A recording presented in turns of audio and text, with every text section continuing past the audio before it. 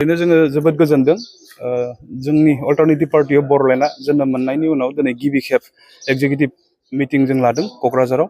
बे सावरायमेलाव जोङो जोंनि पार्टीखौ बोरैयै जोङो दैदेनलांगोन, जिहेथु जोङो मानसिखौ सिबिनो, जोंनि ओनसोलाव जौगानाय लाबोनो, सान्तिखौ लाबोनो जों थांखि खालामदों आरो मोनसे सैथोथिखौ हमथाबनानै गोग्गो राजखान्थि जों लाबोनो नागिरदों। बिनि सायाव जोङो गोथौयै सावरायदों, जों माबायदि खामानि मावलांगोन।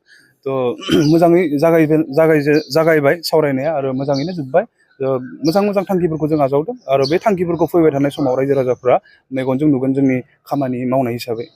बेनि गेजेराव मोनसे सोंथि, अल्टारनेटिभ पार्टी अफ बर'लेण्ड बेखौ दाखांनायनि उनावहायनो आफादगिरि नोंथांमोननि जाय डक्टर अनजालि दैमारि बिथांनि सायाव उदालगुरि जिल्ला इउपिपिएलनि सासे दैदेनगिरिया फेइलुर लिडार जेबो साक्सेस गैया होननानै बुंदों। बेनि सायाव नोंथाङा मा फोरमायगोन?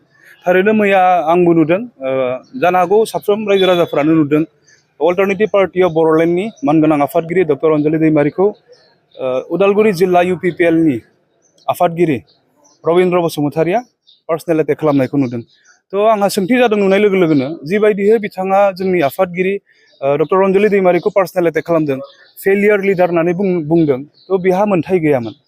दिनै मोनसे पर्टेला, मोनसे निउसआ जे बिथांमोना गोदानै दाजानाय अल्टारनेटिभ पार्टी अफ बर'लेण्डआव इउपिपिएलनिफ्राय फैनो होननानै सावरायगासिनो दङ, बेबायदि मोनसे निउस दामदों आरो बे निउस दामनायखौनो बिथांमोना अनजालि दैमारि मेडामखौसो डाइरेक्ट एटेक खालामबाय, जेराव मेडामा मोनथिया, बिसोरखौ सिनायखौनो मोना, लिङाखैबो आरो मेडामा बुङाखै जे निउसाव बिथांमोना जोंजों जइन जाफैनो नागिरदों होननानै।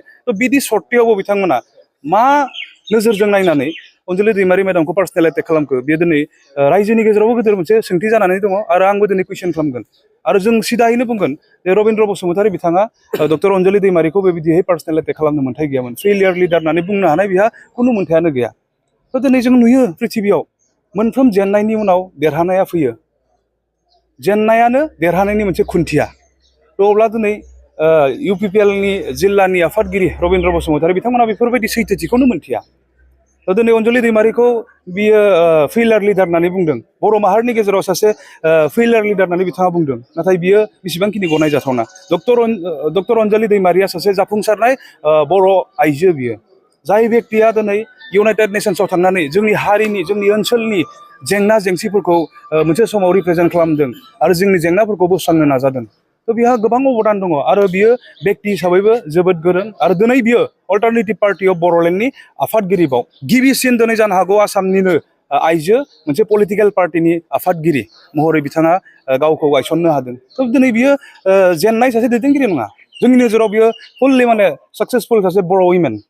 बेयावहाय आं बुंगोन, रबिन्द्र बसुमतारि, नोंथाङा जिबायदि फेलार होननानै अनजालि दैमारिखौ बुंनो नागिरदों, बियो दिनै मोगथाङाव सैथो नङा आरो नोंथाङा फेलार होनना बुंनो नागिरनायनि सिगांनो नोंथांनि जि प्रनाउनसिएसन बेखौ थिग खालामग्रोना लानाया मोजां।